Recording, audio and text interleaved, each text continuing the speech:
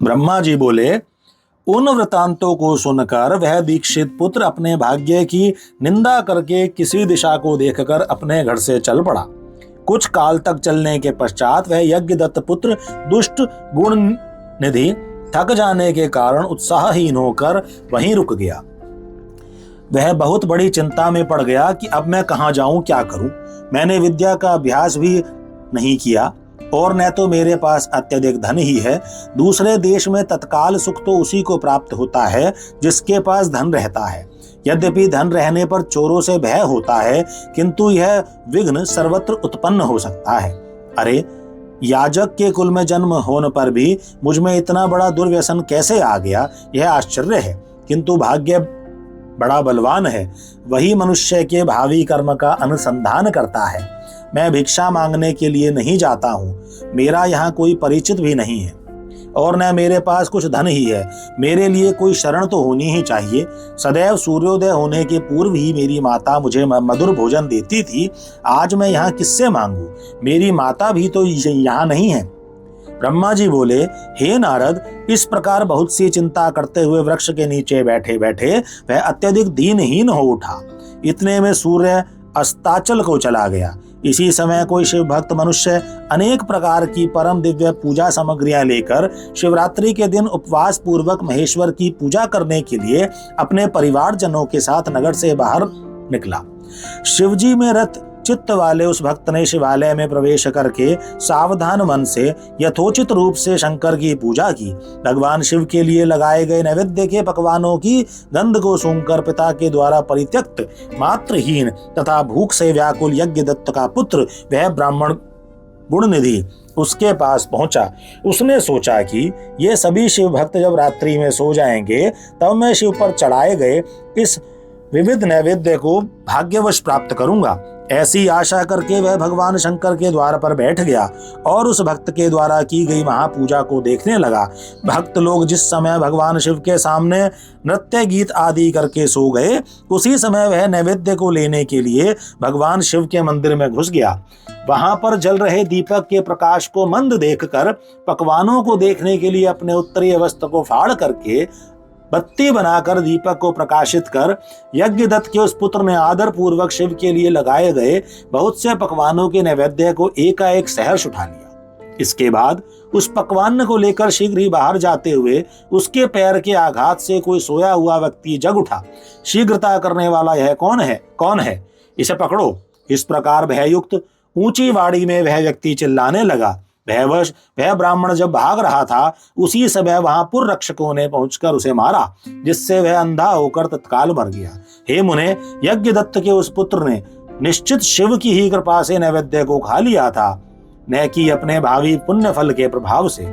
इसके पश्चात उस मरे हुए ब्राह्मण को यमलोक ले जाने के लिए पाश मुदगर हाथ में लिए हुए यम के भयंकर दूत वहां आकर उसे बांधने लगे। इतने में छोटी छोटी घंटियों से युक्त आभूषण धारण किए हुए और हाथ में त्रिशूल से युक्त हो शिव के पार्षद दिव्य विमान लेकर उसे ले जाने के लिए आ गए। शिवगण बोले, हे यमराज के गणों, इस परम धार्मिक ब्राह्मण को छोड़ दो।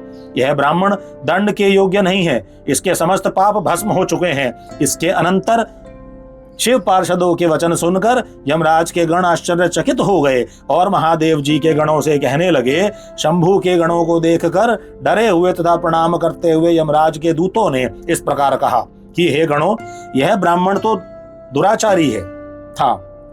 यमगण बोले, कुल की मर्यादा का उल्लंघन करके यह माता पिता की आज्ञा से परांग मुख, सत्य शौच से परिभ्रष्ट और संध्या तथा स्नान से रहित था। यदि इसके अन्य कर्मों को छोड़ भी दिया जाए तो भी इसने शिव के निर्माल्य चढ़ाए गए नैवेद्य का लंघन किया है, अर्थात चोरी की है। इसके इस हेय कर्म को आप सब स्वयं देख लें। आप जैसे लोगों के लिए यह स्पर्श के योग्य भी नहीं है। जो शिव निर्माल्य को खाने वाला, शिव निर्माल्य की चोरी करने वाला और शिव निर्माल्य को देने वाला है, उनका स्पर्श अवश्य ही पाप कारक होता है। विष को जानबूझकर भी पी लेना श्रेयस्कर है और अछूत का स्पर्श कर लेना भी अति उत्तम है।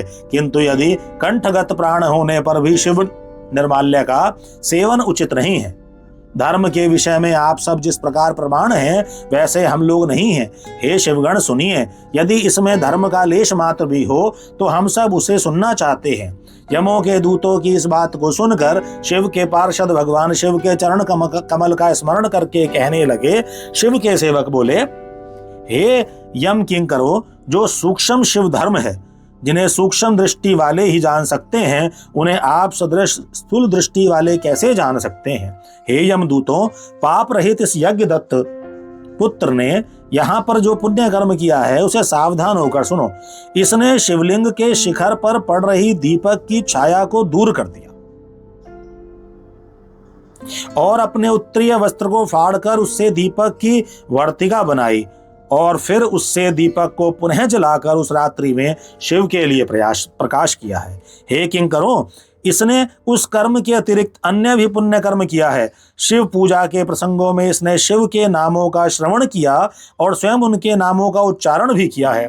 भक्त के द्वारा विधिवत की जा रही पूजा को इसने उपवास रखकर बड़े ही मनोयोग से देखा है। अतः इन पुण्यों के प्रभाव से यह आज ही हम लोगों के साथ शिवलोक को जाएगा। वहां शिव का अनुगामी बनकर यह कुछ समय तक उत्तम भोगों का उपभोग करेगा।